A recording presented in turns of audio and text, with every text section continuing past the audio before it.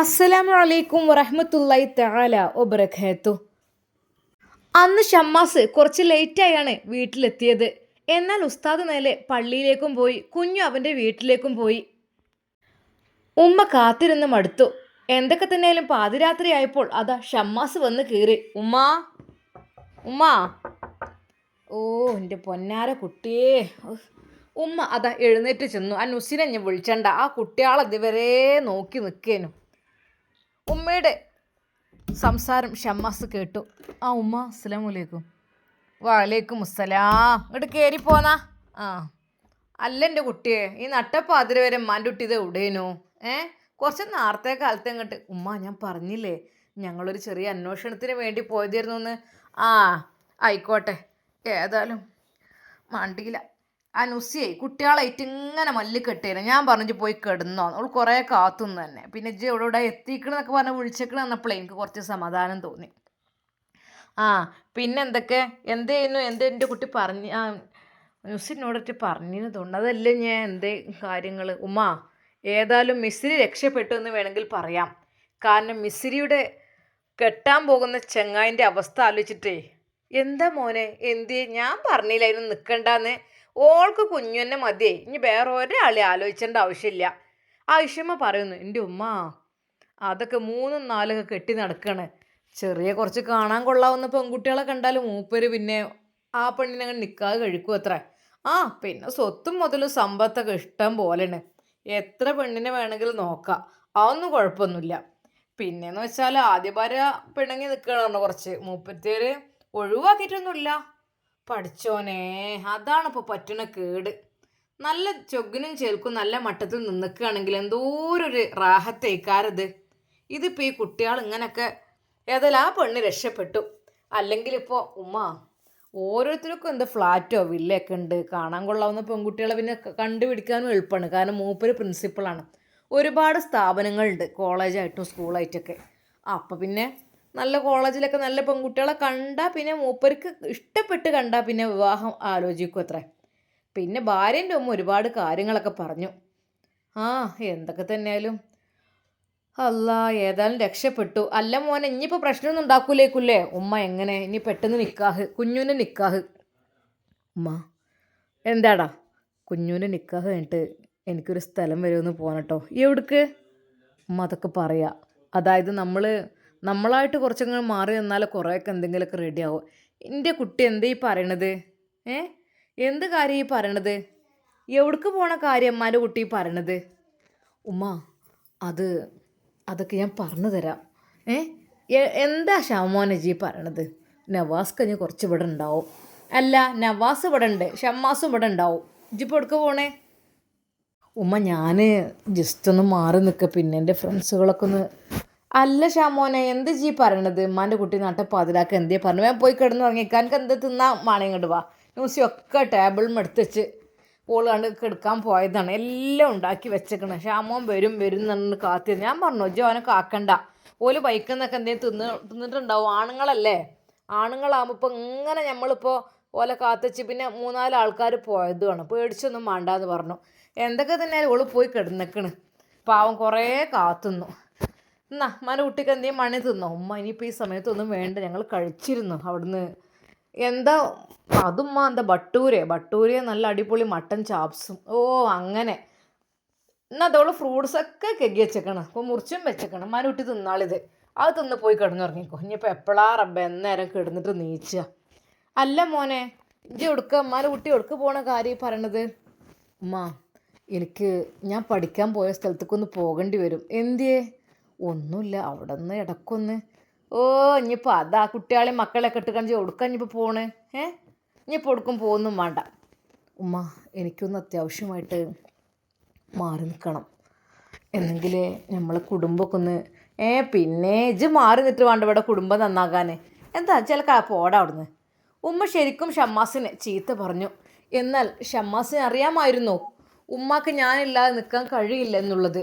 ഉമ്മ എന്തായാലും സങ്കടപ്പെടും, എന്തൊക്കെ തന്നെയായാലും സാരല്ല. എന്നാലും നവാസ്ഖാൻ്റെ കുടുംബത്തിൽ ഇനി ഒരിക്കലും ഒരു പ്രശ്നം ഉണ്ടാകാൻ പാടില്ല. കാരണം നവാസ്ക പാവാണ്, അദ്ദേഹം ഒരുപാട് ബുദ്ധിമുട്ടായതാണ്. ഇനിയും എന്നെ കണ്ട് എൻ്റെ അടുത്തേക്കൊക്കെ സൗദ അങ്ങനെ ഇറങ്ങി വരലും എന്നെ പിടിക്കാനും തൊടാനൊക്കെ വരലൊക്കെ ആകുമ്പോഴേ നവാസ്കാക്ക് അത് കാണുമ്പോൾ വല്ലാതെ ടെൻഷൻ ഉണ്ടാവും. അതുകൊണ്ട് തന്നെ തൽക്കാലം ഞാൻ മാറി നിൽക്കേ രക്ഷയുള്ളൂ. കുറച്ചൊക്കെ ബുദ്ധിമുട്ടൊക്കെ ഉണ്ടാവും, സാരല്ല, ഒക്കെ ശരിയാവും. പിന്നെ നുസൈബയോടും കാര്യങ്ങളൊക്കെ ഒന്ന് പറയണം. അതിൻ്റെ മുമ്പ് കുഞ്ഞുവിൻ്റെ നിക്കാഹ്, അതിനെക്കുറിച്ച് അതറിയാൻ, അതിനെക്കുറിച്ചൊന്ന് റെഡിയാവാൻ അതൊരു ആഗ്രഹമുണ്ട്. ഇനി എന്തൊക്കെ തന്നെയാണാവോ. അന്ന് ഷമ്മാസ് അതാ രാത്രി ബെഡ്റൂമിലേക്ക് കടന്നു. അവൻ ആ കാഴ്ച കണ്ട് ഒരു നിമിഷം സങ്കടപ്പെട്ടു. അതെ, മറ്റൊന്നുമല്ല, നുസിയുടെ തൊട്ടടുത്ത് ഒരു കുഞ്ഞ്, അരികിലായിട്ട് എൻ്റെ മോളും. അതെ, ഷമ്മാസിൻ്റെ മോള് അരികിലാണ് കിടക്കുന്നത്, നടുവിലായിട്ട്. ശരിക്കും അതാ നവാസിൻ്റെ മോനെയാണ് അവൾ കെട്ടിപ്പിടിച്ച് കിടക്കുന്നത്. പാവം. അതെ, അവൾ പാല് കൊടുത്ത് ഉറങ്ങിയതാണെന്ന് തോന്നുന്നു. ആ ഒരു കാഴ്ച കണ്ടപ്പോൾ ശരിക്കും ഷമ്മാസിൻ്റെ ഹൃദയം പൊട്ടിപ്പോയി. റബ്ബേ, ഒരു ഉമ്മയുണ്ടല്ലോ അവിടെ. ആ പെറ്റുമ്മൻ്റെ ആ ഒരു ചൂടും ചൂരും അനുഭവിക്കാൻ ഭാഗ്യമില്ലാത്തൊരു കുഞ്ഞാണ് നവാസിൻ്റെ മോന്. എന്താ ചെയ്യുക, സാരല്ല, നുസി നോക്കിക്കോട്ടെ, ഓൾക്ക് അതിൻ്റെ പ്രതിഫലം പടച്ചോൻ കൊടുത്തോളൂ. പക്ഷെ അങ്ങനെയല്ലല്ലോ, എന്നാലും ഉണ്ടാവൂലേ. വേണ്ട, അതിനെക്കുറിച്ചൊന്നും വെറുതെ ഇനിയിപ്പോൾ ടെൻഷൻ ആവേണ്ട ആവശ്യമില്ല. ഷമ്മാസ് അതാ ഒന്ന് ഫ്രഷായി ബെഡിലേക്കിരുന്നു. അവൻ്റെ ആ തണുത്ത കൈകൾ കൊണ്ട് അറിയാതെ അതാ നുസൈബയുടെ ആ കാലിൽ പതുക്കെ ഒന്നവൻ തൊട്ടു. ഒരു നിമിഷം അവൾ ഞെട്ടി വീഴുന്നു. അല്ല, ഷ്യാമുൻക്ക് വന്നോ? വന്നോ? കിടന്നോ? വന്നു. ഞാൻ കഴിക്കാൻ എന്താ വേണ്ടേ? വരി, കഴിക്കാൻ തരാം. ഞാൻ കഴിച്ചതാ, ഞങ്ങൾ ബട്ടൂരൊക്കെ കഴിച്ചു വന്നാണ്. ഓ, അങ്ങനെയാണോ? അങ്ങനെയാണെങ്കിൽ പിന്നെ ഫ്രൂട്ട്സ് എടുത്ത് വെച്ചിരുന്നു, അത് കഴിച്ചോളി. അത് ഞാൻ കഴിച്ചു, ഇനിയിപ്പോൾ ഒന്നും വേണ്ട, നീ കിടന്നോ. നീ എങ്ങോട്ട് എഴുന്നേൽക്കുന്നു? അല്ലേക്ക, ഞാൻ നിങ്ങൾക്ക് ചായ. ഈ നട്ടപ്പാതിരക്ക് ചായ? നീ അവിടെ കിടക്ക് വേണേ. ശരിക്കും ആ കുഞ്ഞുങ്ങൾ അതാ കിടക്കുന്ന കണ്ടപ്പോൾ ഇക്ക മോനെ കരച്ചിലായിരുന്നു, അപ്പം പിന്നെ മോനെ പാല് കൊടുത്ത് ഉറക്കിയതാണ്. നുസി, സാരല്ല കേട്ടോ, ഓക്കെ, അള്ളാഹു. ഇക്ക, അത് പ്രശ്നമില്ലല്ലോ, ഇത് എൻ്റെ മക്കളെ പോലെ തന്നെയല്ലേ ഞാൻ കരുതിയത്. പിന്നെ ഇപ്പം എന്താ, എൻ്റെ മോനെ പോലെ തന്നെ ഞാൻ കരുതിയിട്ടുള്ളൂ, നമ്മളെ കുട്ടീനല്ലേ ഇത്.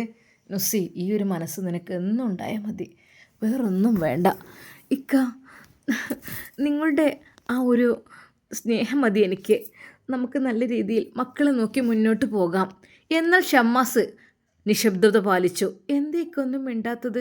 നുസി, അത് പിന്നെ ഞാൻ നിന്നോടൊരു കാര്യം പറയട്ടെ എന്ന് വിചാരിച്ചു. അല്ലിക്ക, എന്തായി മറ്റേ കാര്യം?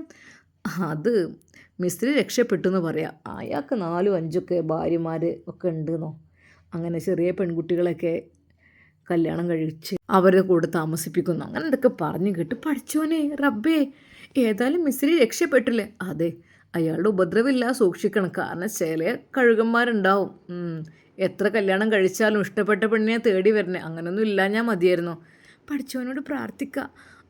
അല്ലിക്ക, എന്താ പറയണമെന്ന് വിചാരിച്ചത്? നുസി, ഞാൻ ചിലപ്പം ഇവിടെ നിന്ന് മാറിക്കോട്ടോ.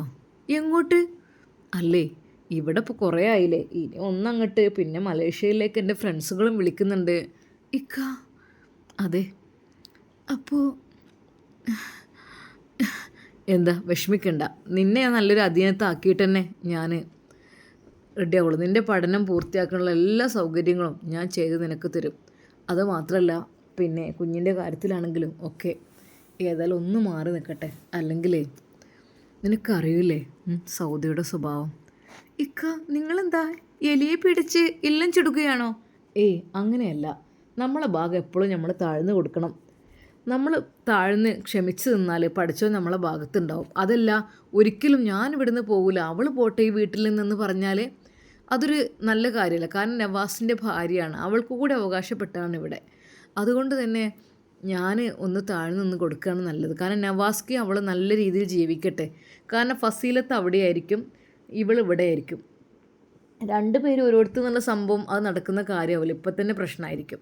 അപ്പോൾ എനിക്ക് പറയാനുള്ളത്, സൗദ ഇവിടെ നിന്നോട്ടെ, പക്ഷേ ഞാനൊന്ന് മാറി തന്നാൽ. ഇക്ക, ശരിക്കും നുസൈബയുടെ കണ്ണുകൾ നിറഞ്ഞു.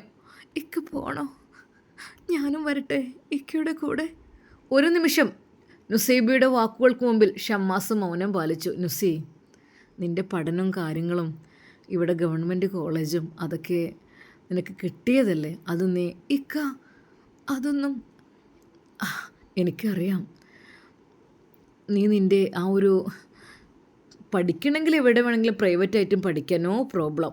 അതൊക്കെ ഇപ്പോൾ എല്ലാ സ്ഥലത്തും ഉണ്ട്. അമേരിക്ക, ജോർജിയ, എല്ലാ സ്ഥലത്തും, ജപ്പാനിലൊക്കെ എല്ലായിടത്തും അവൈലബിൾ ആയിരിക്കും MBBS പഠനമൊക്കെ. പക്ഷേ ഉമ്മാക്ക് ഏറ്റവും പ്രിയപ്പെട്ടവളായിരിക്കും നീ. നീ നിന്നെ ഞാൻ വിവാഹം കഴിക്കുന്നതിന് മുമ്പ് തന്നെ ഉമ്മാക്ക് ഏറ്റവും പ്രിയപ്പെട്ട പെണ്ണായിരുന്നു നീ. ഓർമ്മയുണ്ടോ? അവൾ ഒരു നിമിഷം അതോർത്തു. അതേ ഫൈസൽക്കയുടെ കൂടെയുള്ള ജീവിതം, പിന്നീട് ഉമ്മാക്ക് എന്നെ ഇഷ്ടപ്പെട്ട് എന്നെ കൊണ്ടുവന്നത്. എന്നാൽ അതിനിടയിലുണ്ടായ സംഭവങ്ങൾ, കാര്യങ്ങൾ, വീണ്ടും അതാ ഞാൻ പോകുന്നു.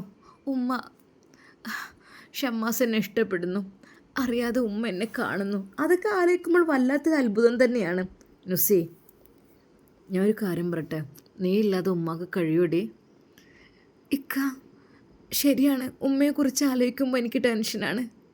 എന്നാ നിങ്ങൾ പോയിക്കോളി, അവൾ വിതുമ്പിക്കൊണ്ട് പറഞ്ഞു. ഞാൻ പോകാമല്ലേ, അതായിരിക്കും നല്ലത്.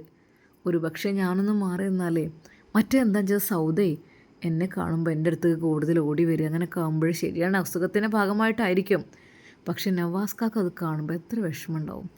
എൻ്റെ ഇക്കാൻ ഇനി വിഷമിപ്പിക്കാനാവില്ല, അതുകൊണ്ടാണ് കേട്ടോ. എന്നാൽ അന്ന് സങ്കടത്തോടെ രണ്ടുപേരും അതാ ഒരുമിച്ച് കണ്ണീർ വാർത്തുകൊണ്ട് അവിടെ കിടന്നു. അവരുടേതായ ലോകത്തേക്ക് അവർ നീങ്ങി. നുസിയെ ഷമ്മാസ് വാരിപ്പുണർന്നു. നുസി, ഒരിക്കലും നിന്നെ വിഷമിപ്പിക്കില്ല കേട്ടോ. അങ്ങനെ അത് ആ മനോഹരമായ പ്രഭാതത്തിലേക്ക് അവർ കടക്കുന്നു. ഷമ്മാസ് പെരയിലുണ്ടായ തന്നെ ഉമ്മാക്ക് വല്ലാത്തൊരു സമാധാനമാണ്. നേരത്തെ കാലത്തെ മിസ്രി ഉണർന്നു, അതുപോലെ തന്നെ ആ പുത്തൻ വീട് മുഴുവനായിട്ട് ഉണർന്നു. എല്ലാവരും തഹജ്ജുദ് നമസ്കരിക്കുന്ന തിരക്കിൽ, അതുപോലെ സുബഹി നമസ്കാരത്തിന് വേണ്ടി പള്ളിയിലേക്ക് പോകുന്ന തിരക്ക് ഒക്കെ. അങ്ങനെ അത് നവാസ് പള്ളിയിലേക്ക് പോകുവാൻ വേണ്ടി ഇറങ്ങുന്നു. അപ്പോൾ തന്നെ ഷമ്മാസും ഇറങ്ങുന്നു. ഷാമോനെ എപ്പോൾ വന്നടാ? ഞാൻ രാത്രി ഒരു 2:30-3 മണിയൊക്കെ കഴിക്കണേ. ആയിക്കോട്ടെ, ശരി. എങ്ങനെയുണ്ട്, എന്താ വർത്താനം? എൻ്റെ ഇക്കാക്ക നമ്മൾ രക്ഷപ്പെട്ടു എന്ന് പറഞ്ഞാൽ മതി. ആ പെണ്ണിൻ്റെ ഭാവി ഇപ്പം തന്നെ. എന്ത് കാര്യം? ഒന്നുമല്ല, അയാൾ ഇങ്ങനെ ഒരു പെണ്ണ് കെട്ടി നടക്കുന്ന ഒരാളാണ്. 3-4 പെൺകുട്ടികൾ ഭാര്യമാരായിട്ടുണ്ട്. സ്വന്തം ആദ്യ ഭാര്യയുടെ വീട്ടിൽ പോയി. അപ്പോൾ കാര്യങ്ങളൊക്കെ പറഞ്ഞു, എല്ലാ കാര്യങ്ങളും നവാസിനോടും വിശദമായി പറഞ്ഞു. പടച്ച റബ്ബേ, ഏതായാലും നീ കാത്ത്. മിസ്രിയോട് നീ കാര്യങ്ങൾ വാഫി ഉസ്താദ് തന്നെ വേണമെങ്കിൽ വിളിച്ച് പറഞ്ഞോളൂ. വാഫി ഉസ്താദ് ഇപ്പോൾ പള്ളിയിലുണ്ട്, മറ്റേ ഫൈസി ഉസ്താദിൻ്റെ കൂടെ തന്നെയാണ്. അവർ പള്ളിയിൽ തന്നെ നിൽക്കാമെന്ന് പറഞ്ഞു, കുറേ വിളിച്ചു. അപ്പോൾ പിന്നെ ഇനി കാര്യങ്ങളൊക്കെ അങ്ങനെ പറഞ്ഞോളൂ. അങ്ങനെ അത് അവർ പള്ളിയിലെത്തി. പള്ളിയിൽ നിന്ന് സുബഹിൻ്റെ ബാങ്കുലി ഉയർന്നു. എല്ലാവരും അതാ ആദ്യത്തെ സൊഫിൽ തന്നെ നിന്നു. കൂട്ടത്തിൽ നമ്മുടെ വാഫി ഉസ്താദും. ഇന്ന് വാഫി ഉസ്താദായിരുന്നു ബാങ്ക് വിളിച്ചതും ഇമാമത്ത് നിൽക്കുന്നതും. അതെ, ഫൈസി ഉസ്താദിനെ ഉറക്കം കണ്ട് ശരിയാകാനിട്ട് വല്ലാത്തൊരു പ്രയാസം തോന്നി. അങ്ങനെയതാ അവർ സുബഹി നമസ്കാരം കഴിഞ്ഞ് എല്ലാവരും കൂടെ സംസാരിച്ച് അല്പനേരം നിന്നു. ഷമ്മാസ് നേരെ ഉപ്പയുടെ ഖബറിനരികിലേക്ക് പോയി. നവാസ്കയും അവർ രണ്ടുപേരും അവിടെ പോയി സിയാറത്ത് ചെയ്തു. മഴയായത് കാരണം നല്ല രീതിയിൽ കാട് മൂടിയിട്ടുണ്ട്. അപ്പോൾ തന്നെ ഷമ്മാസ് പുല്ലെല്ലാം പറിച്ച് ക്ലീനാക്കി. പള്ളിക്കാട് മുഴുവനായിട്ട് കാട് വെട്ടാൻ വേണ്ടി കഴിഞ്ഞ വർഷമായിരുന്നു ഷമ്മാസ് പറഞ്ഞത്. അതെ, ഇപ്പോഴാ സ്ഥിതിയായിട്ടുണ്ട്. മഴ കാരണം നന്നായിട്ട് പള്ളിക്കാട്ടിൽ പുല്ല് മുളച്ചിട്ടുണ്ട്. ഷമ്മാസ് ഇതെല്ലാം പറിച്ച് എടുക്കുമ്പോൾ അവൻ്റെ കണ്ണുകൾ നിറയുന്നുണ്ടായിരുന്നു. പ്രിയപ്പെട്ട ഉപ്പാക്ക് വേണ്ടി ദുആ ചെയ്തു.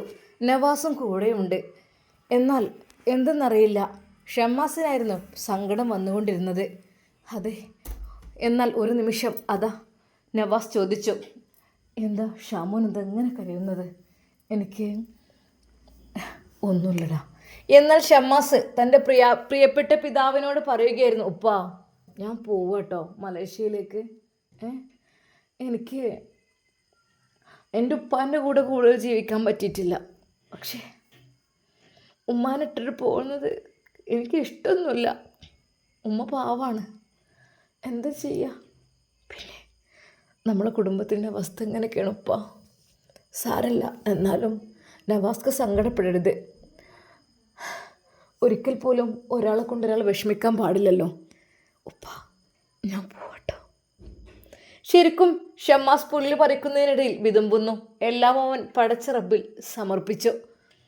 അങ്ങനെ അതാ ഫൈസി ഉസ്താദും വാഫി ഉസ്താദും അങ്ങോട്ട് വന്നു. ഉപ്പയുടെ ഖബറിങ്ങിൽ ചെന്ന് അവരും ദുആയിൽ പങ്കുചേർന്നു.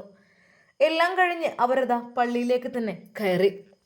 എന്നാൽ വാഫി ഉസ്താദിനോട് ഷമ്മാസ് പറഞ്ഞു, ഉസ്താദെ നിങ്ങൾ തന്നെ വരി ഞങ്ങളെ കൂടെ, നമുക്കിന്ന് അങ്ങോട്ട് പോകാം. പിന്നെ ഇന്നുമ്മ ചെല്ലാൻ പറഞ്ഞിട്ടുണ്ട്. അങ്ങനെ അത് ഫൈസി ഉസ്താദും വാഫി ഉസ്താദും അവർ രണ്ടുപേരും കൂടെ നേരെ അങ്ങോട്ട് ചെല്ലുന്നു, പുത്തൻ വീട് തറവാട്ടിലേക്ക്. ഉമ്മ അപ്പോഴേക്കും അവർക്ക് നല്ല പത്തിരിയും നല്ല ഇറച്ചിക്കറിയും എല്ലാം തയ്യാറാക്കി വെച്ചിരുന്നു. അങ്ങനെ അതാ ഉസ്താദുമാരൊക്കെ വന്നിരുന്നപ്പോൾ തന്നെ ഐഷുമ്മയുടെ മനസ്സ് നിറഞ്ഞു. അൽഹംദുലില്ലാ റബ്ബേ, വല്ലാത്തൊരു റാഹത്ത് തന്നെയാണിത്. എനിക്ക് ഇടയ്ക്കിടയ്ക്ക് മൂലിയരുട്ടികളങ്ങനെ പെരീക്ക് വിളിച്ചു കാണാൻ ഭക്ഷണം കൊടുക്കുന്ന ഒരു പൂതിയാണ്. ഇപ്പോൾ പിന്നെ ചിലവിന് ആരും വരലില്ലല്ലോ. പണ്ടത്തെ കാലത്തൊക്കെയാണെങ്കിൽ ദർസുട്ടികൾ ഇങ്ങനെ വന്നീനും 3-4 മൂലിയരുട്ടികളൊക്കെ ദിവസം ഉണ്ടാവുമേനു. പിന്നെ പള്ളിക്കൊക്കെ ഇടയ്ക്കിടയ്ക്ക് ഭക്ഷണം ഉണ്ടായി. ഇപ്പോൾ അതൊന്നുമില്ല റബ്ബേ. ഇപ്പോൾ പൈസ കൊടുത്താലോ എന്താ അറിയില്ല, നമുക്ക് ഭക്ഷണം ഉണ്ടായി കൊടുക്കുമ്പോൾ അത് വല്ലാത്തൊരു റാഹത്ത് തന്നെയാണ്. അങ്ങനെ അത് നല്ല ചൂടുള്ള ഇറച്ചിക്കറിയും പത്തിരിയും ഐഷുമ്മ എല്ലാവർക്കും വിളമ്പുന്നു. റാഹത്തോടു കൂടെ അവരത് കഴിക്കുന്നു.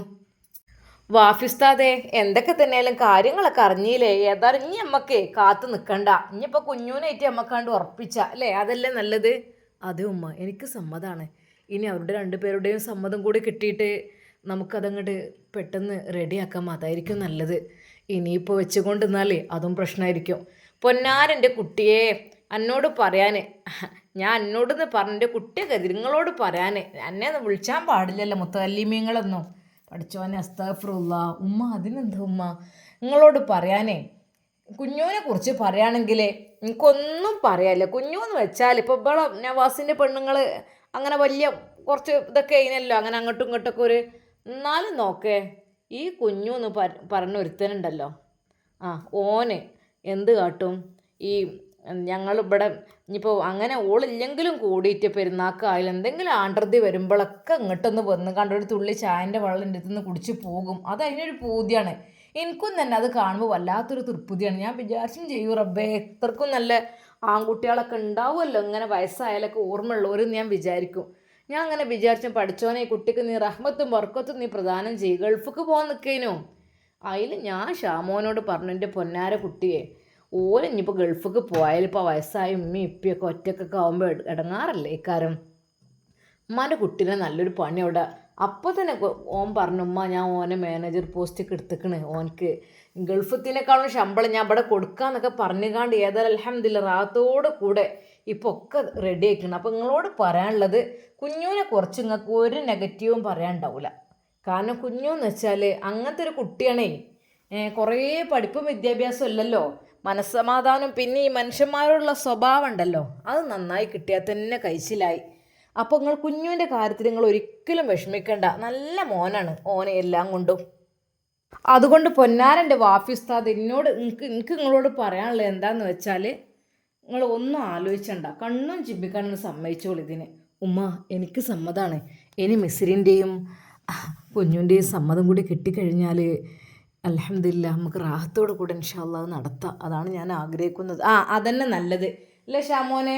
ഇല്ല ഉസ്താദെ. ഫൈസി ഉസ്താദും അതിന് നല്ലത് പറഞ്ഞു. അതെ, നല്ല പയ്യൻ തന്നെയാണ് അവന്. എന്നാൽ ഇനിയിപ്പോൾ വീട്ടുകാരോട് ഓലെ പേരേക്കൊന്ന് പോയിക്കാണ്ട് അന്വേഷണം നടത്തണം നമുക്ക്, അതായിരിക്കും നല്ലത്. കാരണം ഓരോ ഉമ്മാനോട് ഉപ്പാനോടൊക്കെ ഒന്ന് പറഞ്ഞല്ലോ, ഉമ്മാനോട് ഉപ്പാനോടൊക്കെ ഒന്ന് ചോദിച്ച് സമ്മതമൊക്കെ വാങ്ങിയിട്ട് നമുക്ക് എങ്ങനെയാ വെച്ചാൽ നല്ലൊരു ദിവസം, നേഴ്സില്ലാത്ത ദിവസം നോക്കിക്കാണ്ട് നിക്കാഹൊക്കെ ഒന്ന് ഉറപ്പിച്ചിട്ടാലേ എന്നാൽ പിന്നെ റാത്ത നിക്കാഹ് കഴിഞ്ഞ് കിട്ടിയാൽ മതി. പിന്നെ നമുക്ക് പരിപാടി നല്ല മട്ടത്തിൽ നടത്തും. എനിക്ക് ഇതിൻ്റെ ഇടയിൽ കൂടെ ഒരു പൂതിയും കൂടി ഉണ്ട്. എൻ്റെ പെണ്ണ് കെട്ടാത്തൊരു ഒരുത്തൻ്റെ നമുക്ക് മോനുണ്ട്. ഓൻ്റെ കല്യാണമൊക്കെ ഉറപ്പിച്ചൊക്കെ വെച്ചിരിക്കുന്ന പെണ്ണും ഉണ്ട്. അതും കൂടി കൂടെ നടത്താനൊക്കെ എനിക്ക് നല്ല പൂതിയുണ്ട്. അതിനിപ്പോൾ എങ്ങനെയൊക്കെ ഏതൊക്കെയാവാൻ വരും എന്നൊക്കെ പറഞ്ഞേനും. ഇനിയിപ്പോൾ എന്താ അതറിയില്ലല്ലോ. അതിനനുസരിച്ച് എൻ്റെ ഫൈസലിൻ്റെ കല്യാണം കൂടി കൂടെ നടത്തിയാൽ എനിക്ക് റാഹത്തായി.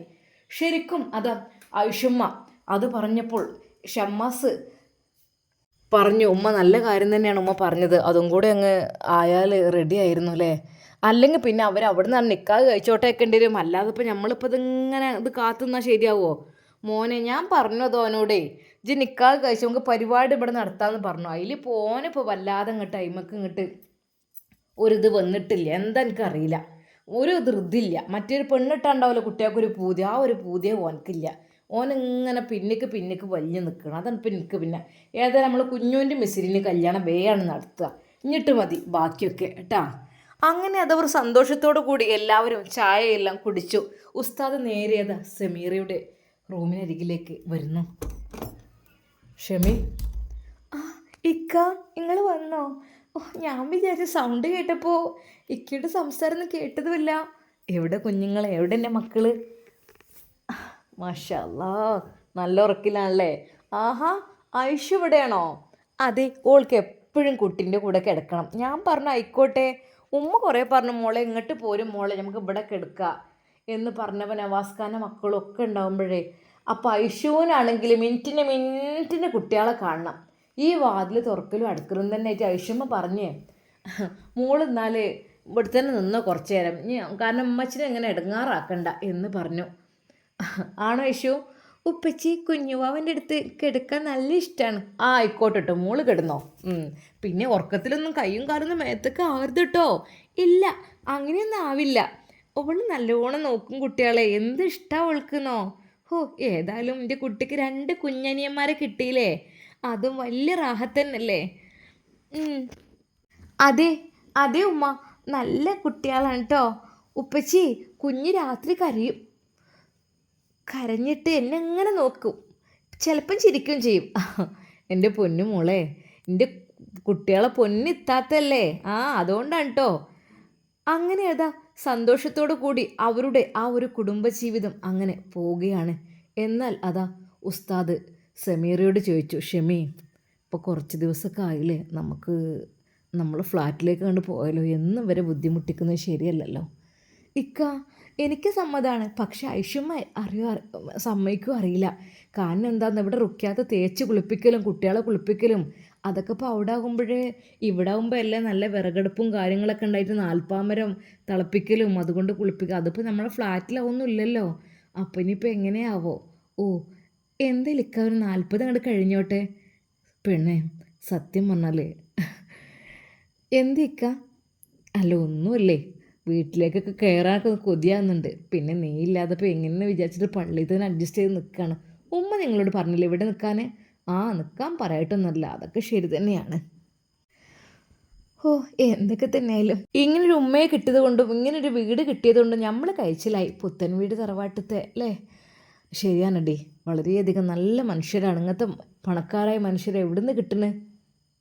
എന്നാൽ ഈ സമയം അതാ റാഹിലയുടെ ജ്യേഷ്ഠത്തി ഷെറീന, റാഹിൽ അവിടെ കൂടി എന്നത് ആലോചിച്ചിട്ട് അവൾ കലി തുള്ളുകയായിരുന്നു. റാഹിലയുടെ ഫോണിലേക്ക് വിളിച്ചു. ഹലോ, ഇജ്ജ് അവിടെയാണ് കൂടിയില്ലടി, കുട്ടികളെ കാണാൻ പോവാന്നൊക്കെ പറഞ്ഞുകൊണ്ട്. തിരക്കിടില്ല, എന്തൊക്കെ തന്നെയായാലും എനിക്ക് അങ്ങനെ സോപ്പിട്ട് കൂടാൻ അങ്ങോട്ട് കഴിയും. ഞാനപ്പോൾ അവിടെ പെട്ടത്. എന്തായാലും കുട്ടികളെ കാണാൻ ഞാനും വരുന്നുണ്ട്. ഒന്നുമില്ലെങ്കിലേ ആങ്ങൾ ആദ്യം കിട്ടിയ പെണ്ണല്ലേ, ഇനിയിപ്പോൾ പറയാൻ പറ്റുന്നില്ല കുട്ടികൾ ഇനിയിപ്പോൾ നാസറിൻ്റെ കുട്ടികളാണോ എൻ്റെ ഉസ്താദിൻ്റെ കുട്ടികളാണോ എന്നൊന്നും. ശരിക്കും അതാ ഷെറീനയുടെ വാക്കുകൾ കേട്ടപ്പോൾ റായില പറഞ്ഞു, താത്ത നിങ്ങളൊന്നും മിണ്ടാന്നാണ്, നിങ്ങൾ അനാവശ്യം പറയില്ല, പറയാൻ പറ്റൂലേ. നാസറിൻ്റെ കുട്ടികളാണോ ഉസ്താദിൻ്റെ കുട്ടികളാണോ ഇപ്പോൾ ഇങ്ങനെ പറയാൻ പറ്റും? എത്ര എളുപ്പം കൊണ്ട് അവൾക്ക് പള്ളിയിൽ ഉണ്ടായിക്കണേ. ഒന്നും പറയാൻ പറ്റൂല എൻ്റെ പൊന്നാര റായില. ജന്ത് പറഞ്ഞിട്ടും കാര്യമില്ല, എന്ന് ചോദിച്ചു നോക്കണം. ഞാൻ നാണ്ട് വരുന്നുണ്ട്. എന്നാൽ അതാ റാഹില പറഞ്ഞു, പൊന്നാര താത്ത നിങ്ങൾ അങ്ങനെയൊന്നും ചോദിക്കല്ലേ, പാവാണ് ആ പെണ്ണ് ഇപ്പോൾ പ്രസവം കഴിഞ്ഞാൽ റെസ്റ്റിൽ നല്ല മട്ടത്തിന് ഇവിടെ നോക്കുന്നുണ്ട്. നമ്മളങ്ങനെ ചോദിക്കുന്ന ഒരിക്കലും ശരിയല്ല. ഞാൻ ചോദിച്ചു നോക്കട്ടെ, അതിനിപ്പോൾ എന്താ. എന്നാൽ അതാ അന്ന് ഷെറീന അവിടെ നിന്ന് ഇറങ്ങുകയാണ്. നാസറേ, ഞാനേ എൻ്റെ ആദ്യത്തെ പെണ്ണുങ്ങളടുത്തേക്ക് പോവുകയാണ്. 2 കുട്ടികളെ കണ്ടേക്കണല്ലോ, ഒന്ന് കണ്ടു വരാമല്ലോ. ഏതായാലും ആരെ കുട്ടികളെ അറിയില്ല. അല്ല നാസറേ, മച്ചിന്ന് പറഞ്ഞങ്ങാണ്ട് വിട്ടുകണ്ട് ഇപ്പോൾ കുട്ടികളുണ്ടായത് ഓൾക്കാണല്ലോ. ചുരുക്കി പറഞ്ഞാൽ ആർക്കപ്പോൾ കേട്? ഇത് മിണ്ടാന്നാ ആ കുട്ടികളെ കാണാൻ പോകും എന്താന്നില്ലേ. അതൊന്നും പറയാൻ പറ്റൂല, പല തരികിടി കൂടിയും കുട്ടികളുണ്ടാക്കാമല്ലോ. അതിനെക്കുറിച്ചൊന്നും ഇപ്പോൾ വിചാരിച്ചിട്ട് കാര്യമില്ല. എന്നാൽ അതാ അപ്പോഴേക്കും ഷെറീന അവിടെ നിന്ന് ഇറങ്ങുന്നു. എന്നാൽ ആദ്യമായി ചെന്നത് ജമീല താത്തിയുടെ വീട്ടിലേക്ക്, അതായത് മക്കളുള്ള വീട്ടിലേക്ക്. ഉമ്മ, ആരപ്പത്? ഷെറീന. എന്താ ഷെറീന, എനിക്ക് ഇങ്ങോട്ട് വരാൻ തോന്നിയോ?